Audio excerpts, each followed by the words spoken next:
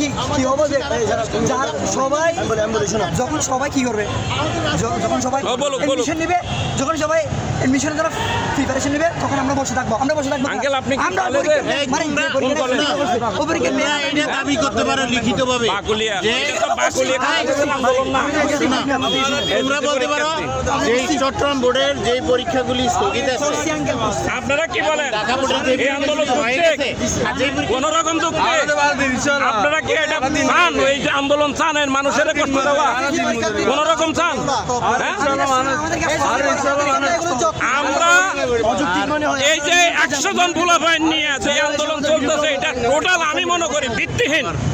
তার সাথে আপনারা কলেজেরটা জড়িত হইয়া আমার মনে হয় না কোন রকম আপনারা ইয়ে নিতেছেন। না না, অটো ভাষা এই আপনারা অটো ভাষা আপনারা যে দাবিটা দিচ্ছেন আমার কাছে রেকর্ডিং আছে। আপনারা এটা করতে পারেন, আমাদের ওদের পরীক্ষা যে কয়টা হয়ে গেছে ওই পরীক্ষাগুলারে আমাদেরকে সম্মান করুন। আমার কথা শুনেন শেষ করি, আর বাকি পরীক্ষাগুলো আমাদের সাথে হোক, এটা করতে পারেন। আপনারা করতেছেন ওই পরীক্ষাগুলোতে আমরা পাস করি আর না করি, বুঝতে পার না তোমাদের। না না না, ওখানে মাইকে বলছে যে আমি শুনছি যেই পরীক্ষাগুলি রয়ে গেছে ওই পরীক্ষাগুলি কিছু যেমন 3-4টা পরীক্ষা এখানে হয়ে গেছে, আপনি বুঝেন না, ওখানকার 3-4টা পরীক্ষা স্থগিত থাকবে। তোমাদের বলেন তাহলে তো একটা সময় হবে না, তাহলে আমরা এক সাইডে আসি, এক সাইডে আসি, ভার্সিটি প্রবলেমের সমস্যা হবে না।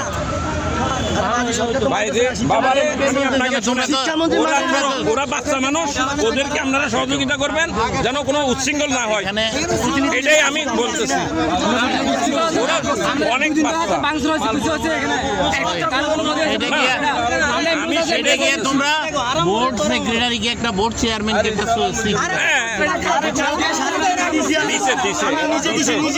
কালকে 7 দফা দিছে। এই ভাই আমি বলতেছি কালকে 7 দফা দিছে, এরা এখন 6 দফা দিছে। প্রথমে 7 দফা দিছি, এখন 6 দফা দিছি, পরে 2 দফা দিছি, সর্বশেষে 1 দফা। একটু আগে 6 দফা দিছে, একটু আগে 6 দফা দিছে। আমাদের 6 দফা, 3 দফা, 1 দফা, 9 দফা, 8 দফা সবগুলোতে শিক্ষামন্ত্রী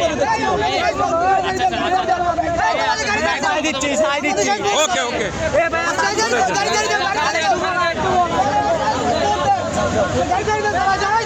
অবশেষে আন্দোলন। এই এই তুমি কোন কলেজে? এই ছেলে দাঁড়াও, তোমার আমি এতক্ষণ ধরে দেখতেছি। দাঁড়াও, বাটপার ওই স্টুডেন্ট না, কিন্তু ও আমার সাথে অনেকক্ষণ ছিল, আমি অনেকক্ষণ ফলো করছি ওরে। এখন আমি ওরা জিজ্ঞাসা করছি কোন কলেজের, ও দৌড় দিছে কোন ছেলেটা চলে গেছে। আমি জিজ্ঞাসা করো, এরা তো দেখছে আমার কাছে। না না, ওইটা না, এটা না।